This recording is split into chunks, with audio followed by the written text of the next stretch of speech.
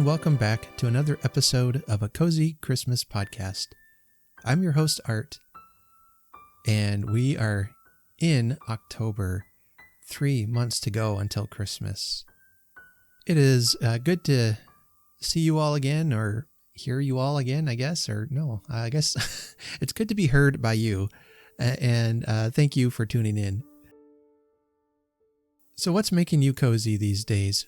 As we head into fall, the temperatures hopefully are dropping, unless you're on the other side of the world, in which case they're rising, depending on where you live, I suppose. But here, hopefully, the temperatures will start dropping soon, and it'll start feeling a lot like Christmas. But I picked up a wonderful book recently called Claus and the Santaland Slayings. And in spite of the title, it's a cozy mystery set at the North Pole, and Mrs. Claus is the protagonist of the story. It's a new series by Liz Ireland, and I'm going to have her on an upcoming episode to talk about her book. But until then, you can check out our YouTube channel, and I have a video book review of the book, and you can find links in the show notes where you can purchase the book. And the good folks at Kensington Press sent that to me to give a review of it, and so I do just that. These are going to be honest reviews. They're not paying me to say these things. It's just my opinion. You can check that out on the YouTube page. The link will be in the show notes for you. Well, I received some listener emails I want to share with you. One is from Timothy Plouffe. I'm sorry, I'm going to butcher that last name. Timothy, thank you for writing in. He says, greetings from a small but cozy farm in Canada. And he's been listening to the podcast. He works in a coal mine running a dozer, and he loves turning on our podcast and looks forward to the Christmas season. And he's already listening to Christmas music. He said, if you want to try a tasty treat, try making shortbread cookies with lemon icing on top. It goes great with cocoa. Now, I'm not a big fan of lemon-flavored food, but I'd be willing to try that. That sounds good. I like shortbread cookies. They go well, for me, they go well with coffee. Anyway, he also sends in a favorite Christmas memory. He said this happened before he and his wife were married. He says, I was living up north about 13 hours from home. My wife was going to travel up to spend Christmas with me, but we had a blizzard coming through the prairies, so her and my sister decided to not travel. Instead, my friend was traveling back with his brother. So I packed my things, undressed the tree, and hitched a ride home. I felt a little like Santa, to be honest.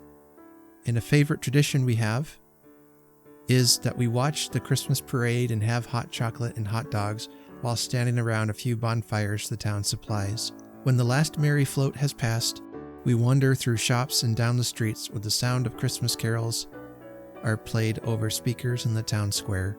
Sadly, the last couple years it hasn't happened due to COVID, but here's hoping this year. And Timothy, I really hope that you get to have that again this year. That sounds so fun. A town near to us, it's a bigger town, and they have this huge celebration to kick off the Christmas season, usually around or a little before Thanksgiving. The reason why it's a little bit earlier is because they want to support the local shops that they have and to encourage people to buy Christmas gifts early, so the shops get together and host this basically town Christmas party. And I think it's a blast because they bring Santa in on a helicopter. They have a stage set up. There's usually people singing. They're giving out, I think they do hot dogs as well, and hot cocoa, apple cider, stuff like that. And then they bring in Santa on a helicopter. It's the local hospital's life flight chopper is usually volunteers their time to bring Santa in. So Santa comes, gets up on the stage, and with the magic of Christmas, they do a countdown, and then all the town's Christmas lights come on, and it's so fun to watch that. And then Santa will get on a fire truck and get taken down to the park where he has a cabin set up, and kids can come and meet Santa, and he's there a couple weekends out of November and December. So it's really a neat production that the city of Atlantic puts on for Christmas time. And they're about 20 minutes from where we live, so we usually go over there and catch it if we can. One year, unfortunately, Santa wasn't able to come by helicopter because the hospital needed the helicopter for an emergency. So he came in by, I think it was fire truck that time. So our first responders out there are doing some great work. Along with that, they're helping us keep the Christmas spirit alive. And I think that's really neat that they're able to do that.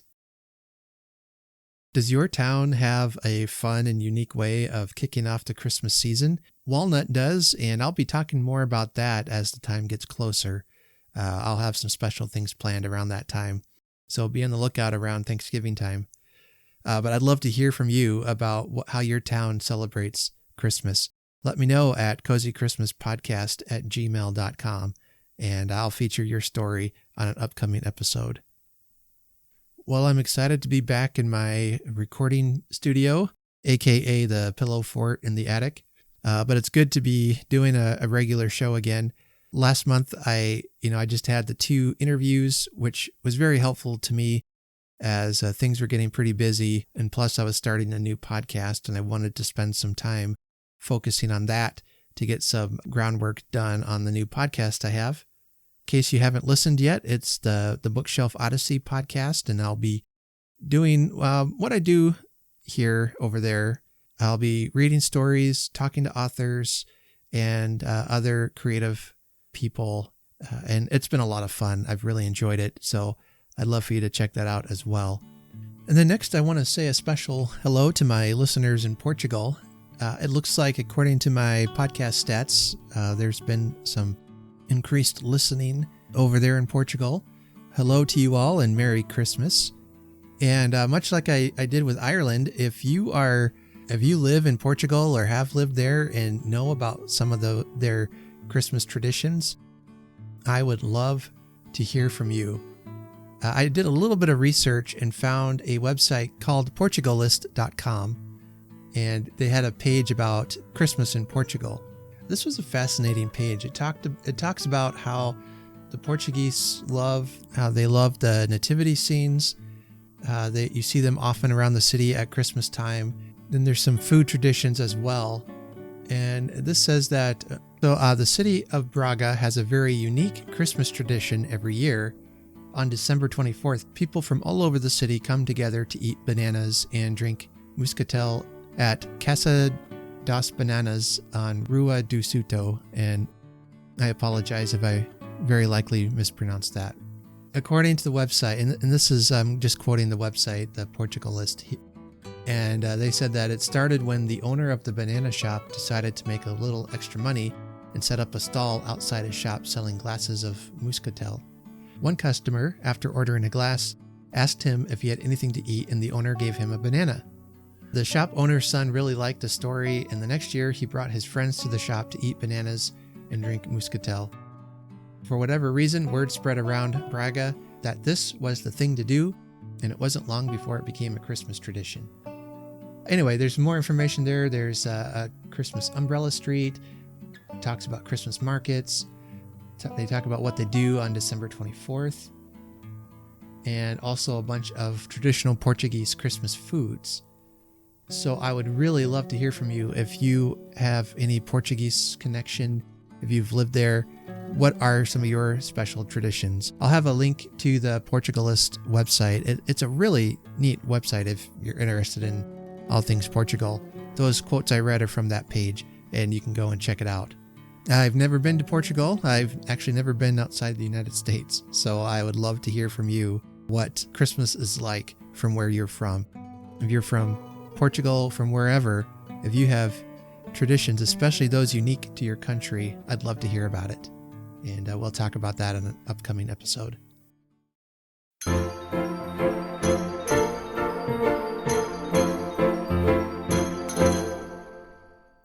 Well, I'm excited to be bringing you another Christmas story today. Today is an essay called Old Thoughts for Christmas, and it's by Christopher Morley. Christopher Morley lived from 1890 to 1957, and he was an American journalist, novelist, an essayist, and a poet. And I most know him from his books Parnassus on Wheels and The Haunted Bookshop. Both stories are focused on the same characters, I believe. Both stories are focused on the same characters, and they're kind of a love letter to books and to bookstores. So those are pretty fun if you want to check them out. But here he writes an essay about having new thoughts for Christmas. We'll see what he has to say about that. Old Thoughts for Christmas by Christopher Morley. A new thought for Christmas? Who ever wanted a new thought for Christmas? That man should be shot who would try to brain one. It is an impertinence even to write about Christmas. Christmas is a matter that humanity has taken so deeply to heart that we will not have our festival meddled with by bungling hands. No efficiency expert would dare tell us that Christmas is inefficient, that the clockwork toys will soon be broken, that no one can eat a peppermint cane a yard long, that the curves on our chart of kindness should be ironed out so that the peak load of December would be evenly distributed through the year. No sour-face dared tell us that we drive postmen and shopgirls into Bolshevism by overtaxing them with our frenzied purchasing, or that it is absurd to send to a friend in a steam-heated apartment in a prohibition republic a bright little picture card of a gentleman in Georgian costume, drinking ale by a roaring fire of logs. None in his senses, I say, would emit such sophistries, for Christmas is a law unto itself and is not conducted by card index.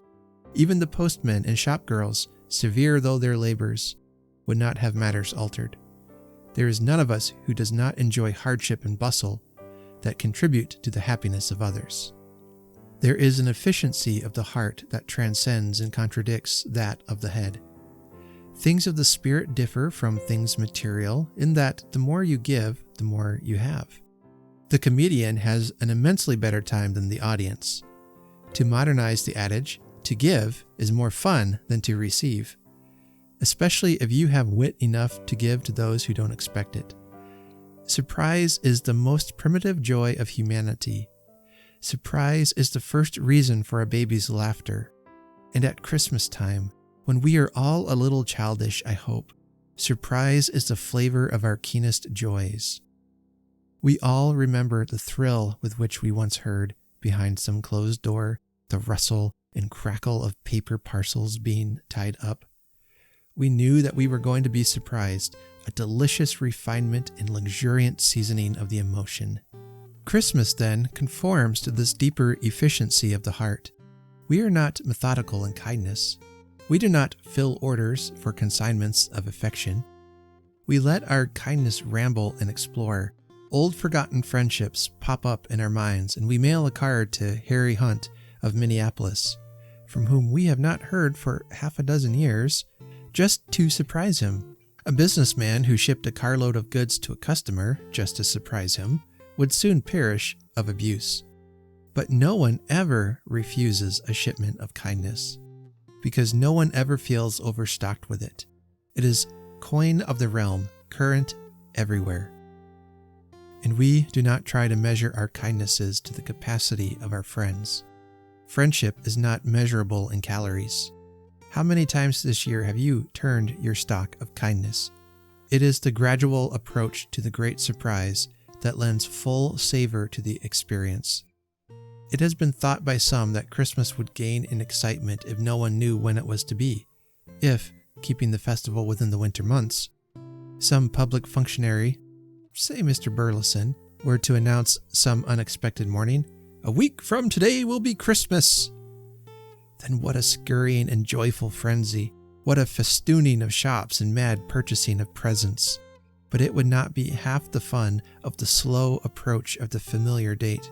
All through November and December we watch it drawing nearer. We see the shop windows begin to glow with red and green and lively colors. We note the altered demeanor of bellboys and janitors as the date flows quietly toward us. We pass through the haggard perplexity of Only 4 days more, when we suddenly realize it is too late to make our shopping the display of lucid, affectionate reasoning we had contemplated, and clutch wildly at grotesque tokens. And then, sweetest of all, comes the quiet calmness of Christmas Eve. Then, while we decorate the tree or carry parcels of tissue paper and red ribbon to a carefully prepared list of aunts and godmothers, or reckon up a little pile of bright quarters on the dining room table in preparation for tomorrow's largesse, then it is that the brief, poignant, and precious sweetness of the experience claims us at the full. Then we can see that all our careful wisdom and shrewdness were folly and stupidity, and we can understand the meaning of that great surprise, that where we planned wealth, we found ourselves poor, that where we thought to be impoverished, we were enriched. The world is built upon a lovely plan if we take time to study the blueprints of the heart. Humanity must be forgiven much for having invented Christmas. What does it matter that a great poet and philosopher urges the abandonment of the masculine pronoun in allusions to the first or fundamental energy? Theology is not settled upon pronouns. The best doctrine is but 3 words: God is love. Love, or kindness, is fundamental energy enough to satisfy any brooder. And Christmas Day means the birth of a child. That is to say, the triumph of life and hope over suffering. Just for a few hours on Christmas Eve and Christmas Day, the stupid, harsh mechanism of the world runs down, and we permit ourselves to live according to untrammeled common sense, the unconquerable efficiency of goodwill. We grant ourselves the complete and selfish pleasure of loving others better than ourselves. How odd it seems, how unnaturally happy we are. We feel there must be some mistake, and rather yearn for the familiar frictions and distresses. Just for a few hours, we purge out of every heart the lurking grudge. We know then that hatred is a form of illness, that suspicion and pride are only fear, that the rascally acts of others are, perhaps, in the queer webwork of human relations, due to some callousness of our own. Who knows? Some man may have robbed a bank in Nashville or fired a gun in Louvain because we looked so intolerably smug in Philadelphia. So at Christmas, we tap that vast reservoir of wisdom and strength. Call it efficiency, or the fundamental energy, if you will. Kindness. And our kindness, thank heaven, is not the placid kindness of angels. It is veined with human blood. It is full of absurdities, irritations, frustrations. A man 100% kind would be intolerable. As a wise teacher said, the milk of human kindness easily curdles into cheese. We like our friends' affections because we know the tincture of mortal acid is in them. We remember the satirist who remarked that to love oneself is the beginning of a lifelong romance. We know this lifelong romance will resume its sway. We shall lose our tempers, be obstinate, peevish, and crank. We shall fidget and fume while waiting our turn in the barber's chair. We shall argue and muddle and mope, and yet, for a few hours, what a happy vision that was. And we turn, on Christmas Eve, to pages which those who speak our tongue immortally associate with the season, the pages of Charles Dickens. Love of humanity endures as long as the thing it loves. And those pages are packed as full of it as a pound cake is full of fruit. A pound cake will keep moist 3 years. A sponge cake is dry in 3 days. And now humanity has its most beautiful and most appropriate Christmas gift: peace. The Magi of Versailles in Washington, having unwound for us the tissue paper and red ribbon or red tape from this greatest of all gifts, let us, in days to come, measure up to what has been borne through such anguish and horror. If war is illness and peace is health, let us remember also that health is not merely a blessing to be received intact once and for all. It is not a substance, but a condition, to be maintained only by sound regime, self-discipline, and simplicity. Let the wise men not be too wise. Let them remember those other wise men who, after their long journey and their sage surmisings, found only a child. On this evening, it serves us nothing to pile up filing cases and roll-top desks toward the stars, for in our city square, the star itself has fallen, and it shines upon the tree.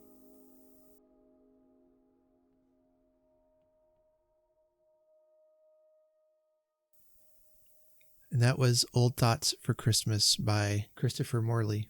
He wrote this shortly after peace was called during World War I, and you get some hint of that later on in the passage. I like what he's trying to say here. I think he's saying several things, but the ones that really jumped out to me are one of the reasons we find joy at Christmas time is because of the surprise. I love that surprise is the first reason for a baby's laughter. But then he talks about kindness and the importance of kindness. And I'm a big proponent of that we need. Today more than ever before, we need to show kindness and respect for others, no matter how different they are from us. He talks about how Christmas is wonderful because we have that momentary reprieve from the world. And I love that what he says about the pages of Charles Dickens, that love of humanity endures as long as the thing it loves, for as long as the thing it loves. And those pages of Charles Dickens are packed as full of it as a pound cake is full of fruit. In his pages of his stories, you will find kindness at work. And I love that he directs us to that. He talks also about how the world was given a beautiful gift and most appropriate at Christmas time, peace. Yeah, then he mentions the Treaty of Versailles, which is what brought World War I to a conclusion in June of 1919. And that was truly a horrific war, unlike the world had ever seen up to that point. And I think many of them thought that the world was going to come to an end.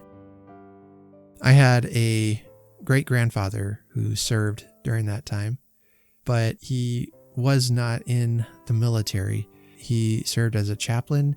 He served as a volunteered for the Red Cross, and he did what he could to help, but he refrained from fighting. And I love that about him. In fact, I'm named after him, and to me, it's an honor to carry his name. He did a lot in his life to show kindness and to bring peace to people's life. He started an orphanage. He started a senior home to take care of the elderly. He did a lot of kind things in his life. Our world needs kindness. Let's be sure to show that to those around us who may be in need, who may be hurting, who may have experienced the horror of these last 2 years. This Christmas time, let's remember our family as we come together and to show kindness to each other. Maybe as the story kind of reflects, we have all year to argue. Let's take some time to step away from that. A good essay, it's one that's really worth thinking about. There's some good stuff in that. So I was glad to read that to you today. That will bring this episode to a close. But now that we're in October, stay tuned because I will be bringing you weekly episodes between now and Christmas. And perhaps in December, we will be doing more than one a week. We'll see what I have time for. You could do me a great favor by leaving a comment or a review. Rate and review the podcast. That helps us out so much, and it's a free way. I also have some ways you can help support the show financially, and you can check those out in the show notes. I'm really thankful for Charles, one of our listener. He just recently bought a Cozy Christmas Podcast bookmark on Ko-fi.com, and so I was able to get that out to him. If you leave a donation there, I'll send you out a bookmark for your very own, and you can use it to keep track on all the wonderful Christmas stories that you will be reading, no doubt, this coming holiday season. You can also check out our Etsy store. I have all the links are in the show notes there, so you can take a look there. All right, so until next week, remember to be kind to each other and do good, and that there is nothing in the world so irresistibly contagious than laughter and good humor. have a very Merry Christmas.